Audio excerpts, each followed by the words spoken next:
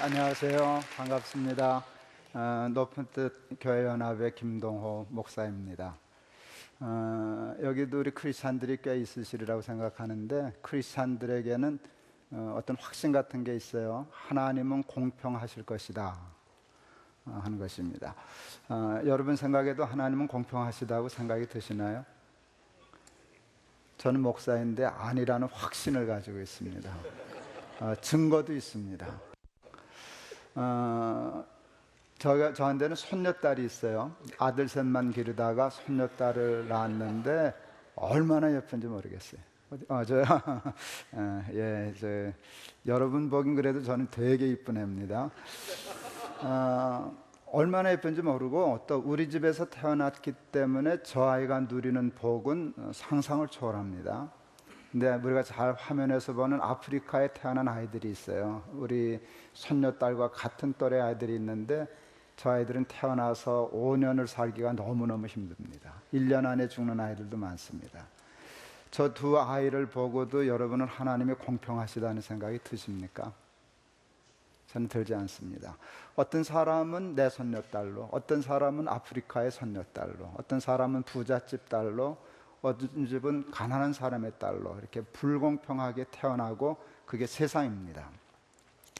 근데 저는 이 불공평에 대한 하나님의 의도가 있으실 거라고 생각했어요. 내가 하나님을 믿으니까 이해는 안 되지만 뭔가 이유가 있겠지라고 생각했어요. 그래서 불공평에 대한 하나님의 의도를 찾기 시작했습니다. 그 의도가 있는 걸 깨달았어요. 흐름입니다. 흐름을 위하여 하나님은 어쩌면 우리 눈에 보이기에 불공평한 세상을 만드셨구나 하는 생각을 했습니다. 편편하면 흐름이 생기질 않으니까. 그런데 왜 흐름이 중요한가 하면 흐름이 생명이기 때문입니다.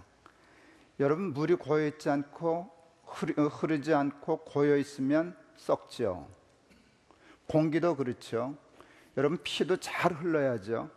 피를 잘 흐르게 하기 위해서 우리는 얼마나 노력하는지 모릅니다. 피가 흐르지 않으면 죽죠. 돈도 흘러야죠.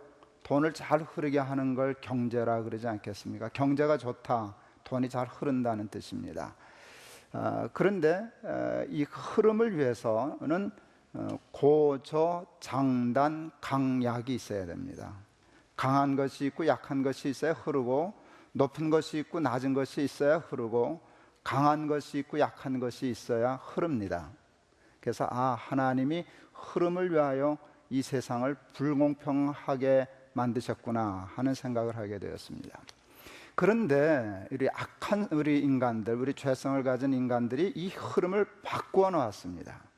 불공평한 세상이기 때문에 흐르긴 흐르는데 이 세상이 거꾸로 흐르더라고요.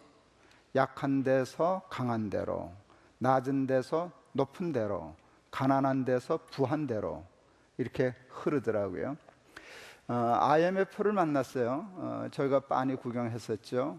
IMF 전에 우리 국민 소득이 한 10,000불 정도 됐을 때인데, 10,000불이었던 그때가 20,000불이었던 지금보다 저는 더 좋지 않았나 하는 생각을 해요. 저는 전문적인 학자가 아니기 때문에 뭐 이렇게 얘기할 수 없겠지만, 그때는 지금보다 중산층이 많았어요. 자기가 중산층이라고 생각하는 사람들이 참 많았어요. 그래서 이 허리가 튼튼했어요. 그걸 보고 참 우리나라 괜찮아지는가 보다 하는 생각을 했는데, IMF를 만나니까 허리가 쑥 없어지더라고요. 가난한 사람과 부한 사람으로 딱 양분화되기 시작했어요. 그리고 돈이 밑에서 위로 흐르기 시작했어요. 그때 IMF 때 우리 은행 금리가 18%, 20% 막 그렇게 올랐어요. 그랬더니 가난하여 은행 돈을 쓰는 사람은 20% 이자를 물어야 하니까 가난해지기 시작했고, 돈 많은 부자들은 이자를 많이 받게 되니까 IMF 때문에 앉아서 더 부자가 되더라고요. 그래서 돈이 위에서 아래로 흐르는 것이 아니라 밑에서 위로 흐르는 것을 이렇게 보게 되었어요. 이것이 죽음의 흐름이구나 하는 것을 알게 되었어요. 로마서 15장 1절에 보면 제가 참 좋아하는 말씀이 있는데, 우리 강한 자가, 믿음이 강한 우리가 마땅히라는 말도 참 중요하죠. 마땅히 연약한 자의 약점을 담당하고, 이렇게 성경이 시작이 됩니다. 이게 바로 강한 사람과 약한 사람이 있는데 세상에 불공평한데 마땅히 강한 사람이 약한 사람을 섬겨야 한다. 강함에서 약함으로 흘러야 한다 하는 것입니다. 그렇게 되면 좋은 세상이 될 거다라는 것입니다. 저는 이 모임의 주제가 너무 좋아요. 세상을 바꾸는 15분. 15분은 좀 골치 아파요. 난 15분 설교를 해본 일이 없어가지고 참 어렵지만 그래도 세상을 바꾸는 15분. 세상을 바꾼다는 말은 참 매력적이에요. 여러분들 세상을 바꾸자는 말에 관심이 있어서 여기 오시지 않으셨을까요? 지금 이 세상은 마음에 안 들어. 다른 세상을 만들어야 해. 근데 여러분 바꾸어야 할 세상은 어떤 세상입니까? 여러분 바꾸어야 할 세상에 대한 얘기가 성경에 있어요. 그걸 천국이라 그래요. 하나님 나라. 예수 믿는 사람들은 하나님 나라 얘기를 하는데 하나님 나라가 우리가 바꾸어야 할 세상의 모델이에요. 그런데 성경은 우리가 바꾸어야 할 나라인 하나님 나라, 또 천국을 어떻게 설명하는가 할 때요, 대표적인 설명이 이사야 11장이에요. 이사야 11장 말씀 우리가 잘 알죠. 11장 6절에 보면 그때 이리가 어린 양과 함께 뒹굴고, 사자 얘기도 나오고 곰 얘기도 나오고 그런 거 아시죠? 독사의 굴에 손을 넣어도 해함이 없는 그런 아름다운 시적인 표현이 있는데 그것이 하나님 나라라는 것이에요. 강과 약이 서로 친하게 엉켜서 뒹구는 세상을 언제나 성경은 하나님 나라라고 그랬어요. 요즘 제가 아주 아이들 말로 꽂혀있는 이렇게 말씀 하나가 있어요. 마태복음 20장에 포도원 주인의 비유예요. 예수님께서 어느 날 사람들에게 포도원 주인 이야기를 해주기 시작하셨어요. 그 비유를 하신 목적이 뭔가 하면 하나님 나라를 우리에게 설명해 주시기 위해서예요. 그래서 그 말씀은 이렇게 시작돼요. 천국은 마치 이와 같으니라.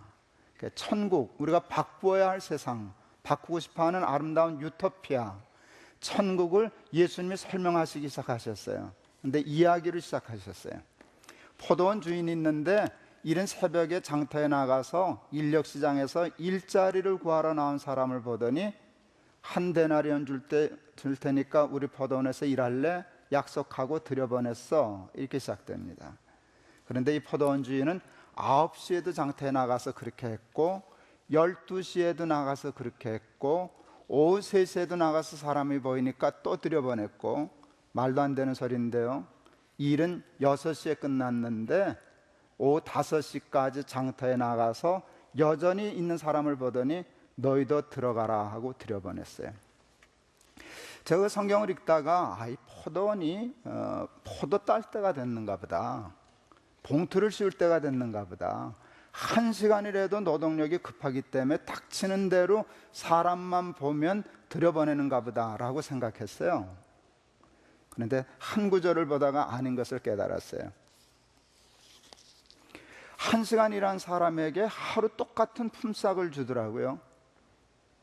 그것을 보면서 이분은 우리하고 좀 사고방식이 다르구나, 삶의 철학이 다르구나 하는 것을 알게 되었어요. 그리고 제가 무언가를 깨달았어요. 그걸 깨달았을 때 제 편으로 얘기하면 저는 벼락 맞은 줄 알았어요. 벼락 맞은 줄 알았어요. 제가 이렇게 생각했어요. 이분은 포도원을 위하여 일꾼을 고용한 사람이 아니라 일꾼을 고용하여 품삯을 주고 싶어서 포도원을 경영한 사람 같아 보인다. 전개 안 오세요? 나는 그 생각할 때 벼락을 맞았는데, 저도 이제 6학년 넘었거든요. 근데 제 인생이 바뀌었어요. 여러분, 나이 들어서 인생 잘 안 바뀌어요. 제 인생의 전체가 바뀌어버렸어요. 그리고 제가 무릎을 쳤어요. 맞네, 그러면 하나님 나라네. 세상을 바꾸는 15분, 어떤 세상으로 바꾸실 건데요? 저는 아주 구체적이에요. 포도원을 위하여 일꾼을 고용하는 세상에서 일꾼에게 일자리 주고 임금 주고 싶어서 포도원 경영하는 세상으로 바뀌면 괜찮지 않을까요?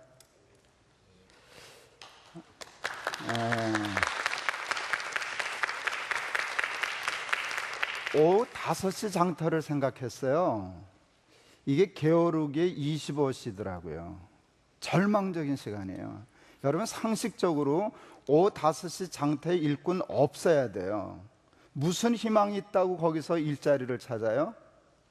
이제 1시간밖에 안 남았는데. 그런데 거기에 사람들이 있었어요. 절박한 사람이었을 거예요. 오늘 틀린 걸 다 알았는데도 빈손 들고 절대로 들어갈 수 없는 절박한 사람들이 거기 있었을 거예요. 근데 그 사람들이 있을까 봐 눈에 밟혀서 오후 5시 장터를 찾아 나서는 사람, 포도원 주인, 그 사람이 있으면 세상이 바뀔 것 같아요. 사람들은 참 열심히 공부를 합니다. 공부하는 이유가 뭔지 아세요? 남과 차별된 삶을 살기 위해서예요. 공부 안 하고 돈 못 벌면 이렇게 사는데 공부해서 출세하고 돈 벌면 이렇게 산다. 차별이 목적입니다. 근데 세상을 바꾸는 사람도 공부해야 할까요? 출세해야 할까요? 돈 벌어야 될까요? 난 그래야 된다고 생각해요. 돈은 힘이에요. 공부도 힘이에요. 출세도 힘이에요. 그게 있어야 차별도 할 수 있고요. 그게 있어야 차별을 철폐할 수도 있어요. 그게 없으면 차별도 할 수 없고 차별을 철폐할 수도 없어요. 전 그래서 세상을 바꾸는 사람도 차별하려고 하는 사람만큼 공부해야 된다고 생각해요. 돈 벌어야 된다고 생각해요. 가능하면 출세도 하는 게 좋다고 생각해요. 그런데 보통 사람들은 차별하기 위해서 그러는데 정말 세상을 바꾸는 사람들은 차별을 철폐하기 위하여 그렇게 산다면 얼마나 좋은 세상이 될까 하는 세상을 했어요. 시간이 많이 남지 않았네요. 저희 개인적인 얘기를 해서 참 죄송합니다. 2001년 10월 7일 높은 뜻 숭유교회라는 교회를 개척했어요. 저희 편대로 얘기하면 하나님의 은혜로 소위 쬐꾸만 대형교회, 쬐꾸만 대형교회, 애매모호하지만 이렇게 보면 굉장히 크고 또 한국에 워낙 큰 교회 많으니까 뭐 별로 크고 저희가 보기엔 대형교회가 되었어요. 학교 강당을 빌려서 했었는데 저 크죠? 저 우리 교회예요. 교회였었어요. 저게 우리 교인의 한 절반 모인 숫자예요. 그림이. 그러니까 꽤 컸었어요. 저 학교 강당 빌려서 했었는데 예배당 얼마든지 땅 사서 지을 수 있었어요. 그런데 한번 그 힘을 우리를 위해 쓰지 말고 우리 포도원을 위해서 쓰지 말고 오후 5시 장터에 있는 사람들을 위해서 써보자 하고 묘한 짓을 했어요. 보이지 않는 성전 건축이라는 헌금을 했어요. 그래서 하여간 200억 건축 헌금을 모아서 예배당 짓는 일을 나중에 미루고 탈북자들을 위해서 공장 세우고 또 러시아에 있는 사람들을 위해서 농자금 지원하고 또 앞으로는 말라위에 있는 사람들을 위해서 지원하고 하는 일을 하려고 하고 했었어요. 시간이 많이 가서 다 설명할 수 없는데 하나님의 은혜로 성공했고요. 공장은 4개, 블리센블레스라고 하는 커피숍 하나, 또 인도의 병원, 러시아의 농장, 고려인들을 위한 농장, 이번에 유엔으로부터 프로포즈를 받아서 말라위에 있는 6천 명에 있는 마을을 한번 섬기게 되었어요.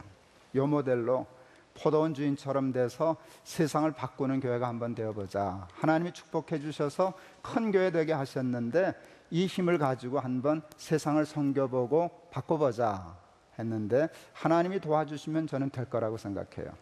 그러다가 학교 강당을 비워달라는 말 때문에 비워놓고 우리는 갈 데가 없어서 교회를 4수로 나눴어요. 저 교회를 4수로 나누는 목사님들이 제 옆에 4분이 계시죠. 그래서 교회를 4개로 분산시키고 끝까지 우리 예배당 짓는 거 포기하고 우리가 돈 있다고 우리 먼저 쓰지 말고 가난한 사람들, 어려운 사람부터 쓰자. 그러면 세상이 바뀔 거다. 그런 생각으로 도전했어요. 말씀 마치려고 그럽니다. 오병이어가 있더라고요. 소위 성공했던 사람들 중에 보통 2종류의 사람이 있어요. 5천 명분을 혼자 깔고 앉아 먹는 사람, 하나는 5천 명을 먹이는 사람. 세상 사람들은 5천 명분을 깔고 앉아 먹는 것을 잘 산다 하지만 하나님은 5천 명을 먹이는 사람을 잘 산다 하셔요. 잘 사는 것보다 잘 살게 하는 게 더 중요하고요. 잘 사는 것보다 잘 살게 하는 게 더 행복해요. 그런 사람 되기를 바랍니다. 감사합니다.